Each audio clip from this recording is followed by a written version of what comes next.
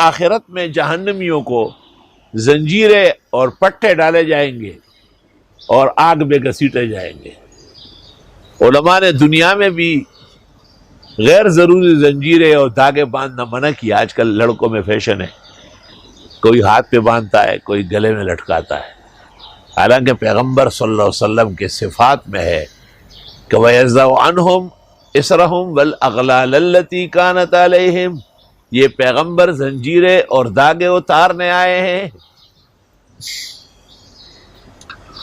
وَيَسْتَعْجِلُونَكَ بِالسَّيِّئَةِ قَبْلَ الْحَسَنَةِ، شیخ القرآن مولانا محمد طاہر صاحب پنجپیری رحمۃ اللہ علیہ اور ان جیسے ذہن اور نظریے رکھنے والے گڑی کو بھی ناجائز کہتے تھے، اور کہتے تھے کہ مرد ہو کر کے ہاتھ پہ بنگڑی ڈالی ہوئی ہے۔ لیکن ہم نے فقیہ امت جو محدث بھی کبیر تھے اور مفسر بھی، مولانا مفتی محمود کے ہاتھ پر، بائیں ہاتھ پر گڑی بندھی ہوئی دیکھی، اور مفتی صاحب ان چیزوں میں بہت سباق الغایات ہیں۔ تو اصل بات یہ ہوتی ہے کہ حمل اس پر ہے کہ گڑی للزینت ہے تو لا یجوز للرجل ان یتزین، مرد کو ایسے زیب و زینت جائز نہیں ہے، اور اگر یہ ضرورت ہے مواقیت کے اوقات جاننے کی تو فتویٰ یہ دیا گیا ہے کہ یہ ضرورت المواقیت ہے، تو ضرورت المواقیت پر ہر شخص کی اپنی حیثیت کے مطابق ہے، مہنگی گھڑی بھی ہو سکتی ہے، سستی بھی ہو سکتی ہے۔ بزرگان دین نے وہ جیب والی وہ بھی رکھی ہے، یہ ہر شخص کے اپنے مقام ہے، لیکن جب زینت اور ضرورت دونوں کا تعارض ہوا تو ترجیح تو ضرورت کو دے دی گئی اور گھڑی پہننا جائز ہوا، اور جو زیب و زینت ہے وہ تابع سمجھا گیا ہے۔ جیسے علماء نے لکھا ہے کہ گھڑی تو سونے کی نہیں ہو سکتی، لیکن گھڑی کے اندر ہندسے اور سوئیاں ہو سکتی ہیں، وہ توابع ہے۔ اسی طرح اگر قمیص میں اسٹٹ یا بٹن سونے اور چاندی کے ہو تو علماء نے اجازت دی ہے، یہ توابع ہے۔ افغانستان کے علماء نے اس سلسلے میں تھوڑی سی جلدی کی، پیٹ پتلون کو کفر کہا اور اس طرح چیزوں کو بہت ناجائز کہا، تو اس کا نتیجہ یہ نکلا کہ روس کو وہاں پر جڑیں جمانا آسان ہو گیا، اور انہوں نے اسلام کو ایک مہنگا قسم کا اور مشکل قسم کا فارمولہ بنا دیا۔ ہندوستان کے اکابر علماء عقل مند تھے بہت، انہوں نے ان چیزوں کے ساتھ ساتھ چلنے کو برداشت کیا۔ وہ ایک شخص تھا نا جو کہتا تھا کہ میں اس دین کو قبول کروں گا جس میں شراب جائز، تو حضرت اقدس مولانا انور شاہ کہتے کہ تو آسان جواب تھا کہ گناہ سمجھ کے پیا کرے اور اسلام لے آئے۔ پھر حضرت شاہ صاحب نے اس جگہ لکھا ہے کہ اصلی انجیل کے اندر توریت میں شراب منع ہے، یہ جو موجودہ اناجیل میں ہے یہ پولوس نے 244 سال بعد جب حضرت عیسیٰ آسمان پہ تشریف لے گئے اپنی طرف سے ڈالا ہے، شراب کو جائز کر دیا، خطرے کو ناجائز کر دیا۔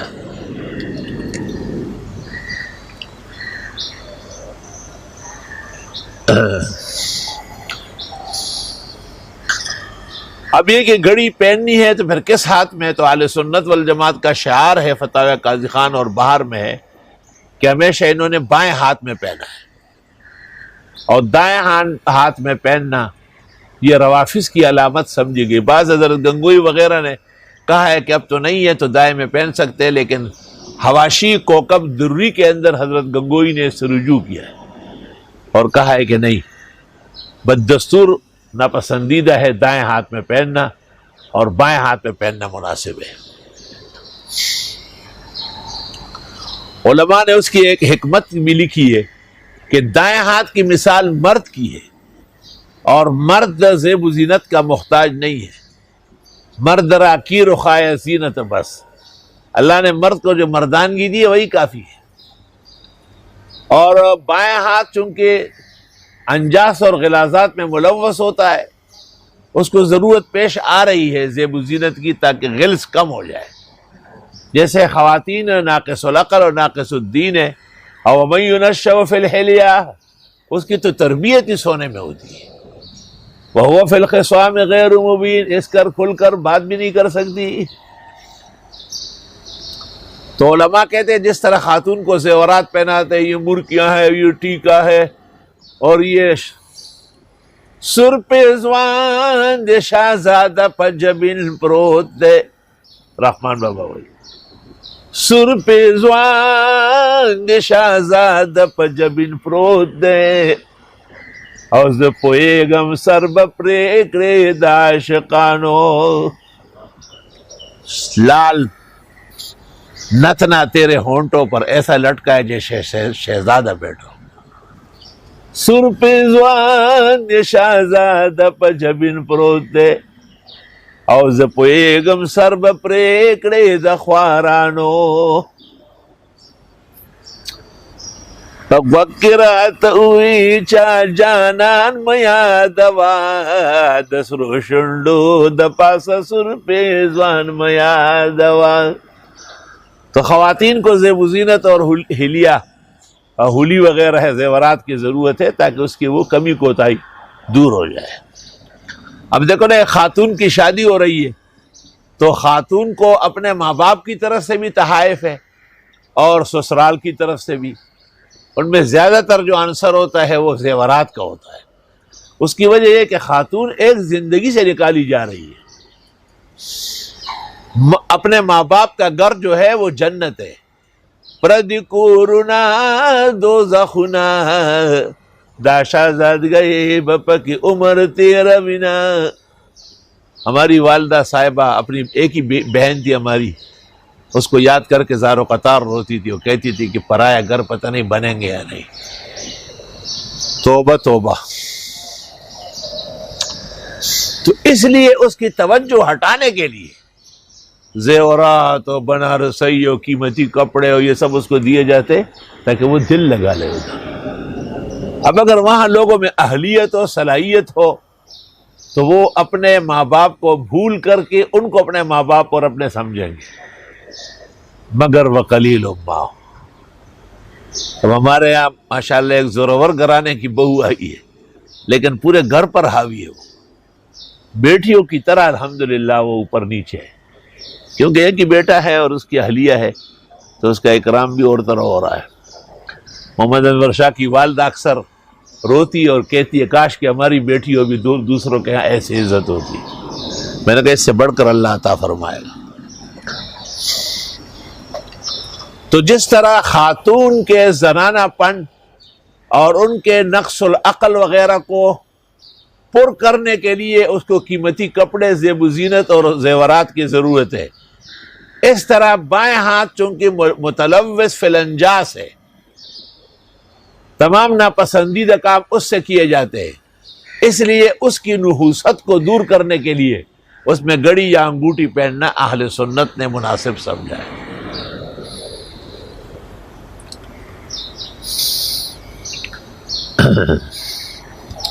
تعجب ہے کہ تبلیغی حلقہ یا بعض علماء وہ دائیں ہاتھ میں گھڑی پہنتے ہیں۔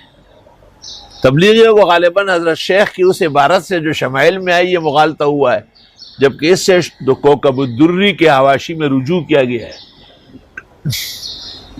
اور بعض علماء کرام میں سے ایک عالم نے مجھے لکھا تھا کہ آپ اس پر بہت زیادہ زور دیتے ہیں، لیکن اکثر احادیث تو پیغمبر صلی اللہ علیہ وسلم کے دائیں ہاتھ میں انگوٹھی پہننے کا آئی ہے۔ یہ بہت علمی اور ضروری بات تھی، اس لیے یہاں پر کرنا بہت ضروری ہے۔ چنانچہ میں نے ان کو جواب لکھا کہ بخاری کتاب العلم میں ہے کہ رسول اکرم صلی اللہ علیہ وسلم نے جب ملوک السلاطین کو خطوط لکھنا چاہا تو آپ سے کہا گیا انہم لا یقرؤون ما لم یکن مکتوما، جب تک وہ مہر زدہ نہ ہو اعتبار نہیں کرتے۔ فاتخذ خاتما من فضہ نقشہ محمد الرسول اللہ، آپ کی انگوٹھی پر چونکہ محمد الرسول اللہ درج تھا اور وہ مہر کی جگہ استعمال ہوتی تھی، اور مہر تو دائیں ہاتھ سے لگانا ہے، اس لیے اکثر احادیث پیغمبر کے دائیں ہاتھ میں پہننے کا تذکرہ ہے۔ الحمدللہ علی ھذا۔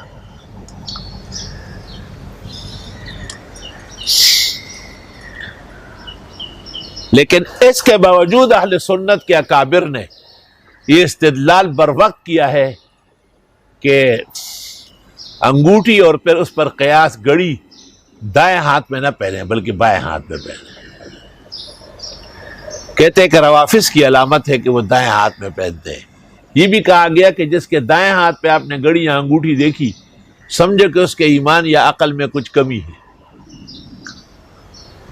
اب ابن عابدین نے اس کو زیادہ درسر اعتنا نہیں سمجھا لیکن یہ ثابت ہے.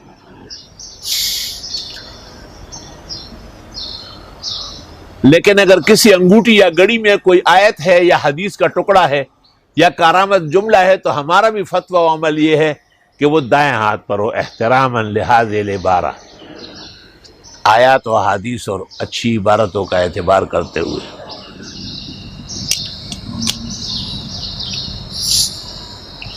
بعض علماء کرام فرماتے ہیں کہ مسئلہ اختلافی سا ہو گیا ہے تو آپ بھی تسامح کر لیتے، تو ایسی صورت میں تو پھر بہت سارے مستحبات نکل جائیں گے. کسی کو کچھ کہہ ہی نہیں سکیں گے، نہ پگڑی کی سنت بتا سکیں گے، نہ لباس کی سنتیں بتا، سب میں اختلافات موجود ہے. تو اختلافات کا مطلب یہ نہیں ہوتا ہے کہ آپ فاتحہ خلف الامام کے بارے میں حنفی کو نہ سمجھائیں، امین بالجہر اور رفع یدین کا مسئلہ نہ بتائیں. اختلاف کا مطلب یہ کہ ہر مسئلے کو اس کے وقار اور مقام کے مطابق بیان کیا جائے.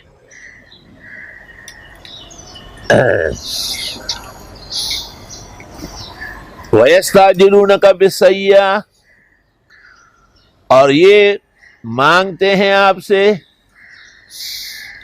عذاب قبل الحسنت، آرام پہنچنے سے پہلے. یہ کہتے تھے کہ جب اتنے ہم مجرم ہیں اور مشرک ہیں تو ہم پر عذاب کیوں نہیں آتا. ان کو عذاب جو ہے نا وہ گپ شپ لگتا تھا. وَقَدْ خَلَتْ مِن قَبْلِهِمُ الْمَثُلَاتُ، اور ان سے پہلے گزرے ہیں پٹے پٹائے. اور تم جو کہتے ہو کہ ہماری پٹائی کب ہوگی، تو تم نے سمودیوں سے اور عادیوں سے اور قوم لوط سے کیا عبرت لی ہے؟ اور تم جو کہتے ہو کہ ہم تو ابھی تک آباد ہیں، تمہیں کورونا وائرس کا جواب دے دو ذرا. تمہارے بڑے اور چھوٹے اور شیطان اور طاغوت اور عالمی بھیڑیا وہ سب کے سب اس کے سامنے تتر بتر ہو گئے یا نہیں؟ مہینے ہو گئے کہ دنیا عذاب کے گرفت میں ہے. ان کے لیبارٹریوں میں اور ان کے میڈیکل سٹوروں میں اور بڑے بڑے اڈوں میں ویکسین تیار نہیں ہو رہا ہے. آج امریکہ نے اعلان کیا کہ ہم نے ویکسین بنا لیا. چائنا نے کہا کھلا کے دیکھے کہ لوگ مرتے یا نہیں. یہ اللہ دکھانا چاہتے ہیں کہ میرے لیے کسی بہت بڑے عذاب بھیج، یہی تمہارا بخار اور کھانسی کو وبائی بنا دوں گا. وہ کہتے ہیں نا کہ کسی پیغمبر نے کیا کہا، دوزخ بنا لوں گا. اعوذ باللہ. خدا تعالیٰ ہر طرح عذاب چھوٹی بڑی سے محفوظ فرمائے. اور یہ جلدی مانگتے آپ سے عذاب راحت و آرام سے پہلے، حالانکہ گزر چکے ان سے پہلے بھی پٹے پٹائے. مسولات مانا معذبون، سلطہ کے معنی ہے کسی کی پٹائی کرنا. مسولات وہ لوگ جن پر عذاب گزرا ہے. وَإِنَّ رَبَّكَ لَذُو مَغْفِرَةٍ لِلنَّاسِ عَلَىٰ ظُلْمِهِمْ، اور تیرا رب بخشتا ہے لوگوں کو ان کے گناہ و ظلم کے باوجود. وَإِنَّ رَبَّكَ لَشَدِيدُ الْعِقَابِ، اور تیرا رب سخت عذاب دینے والا بھی ہے، نہیں کہ بس ہمیشہ معافی کرتا رہے گا. وَيَقُولُ الَّذِينَ كَفَرُوا، اور کہتے کافر لوگ لولا انزل علیہ آیۃ من ربہ، کیوں نہیں اتاری جاتی اس پیغمبر پر نشانی.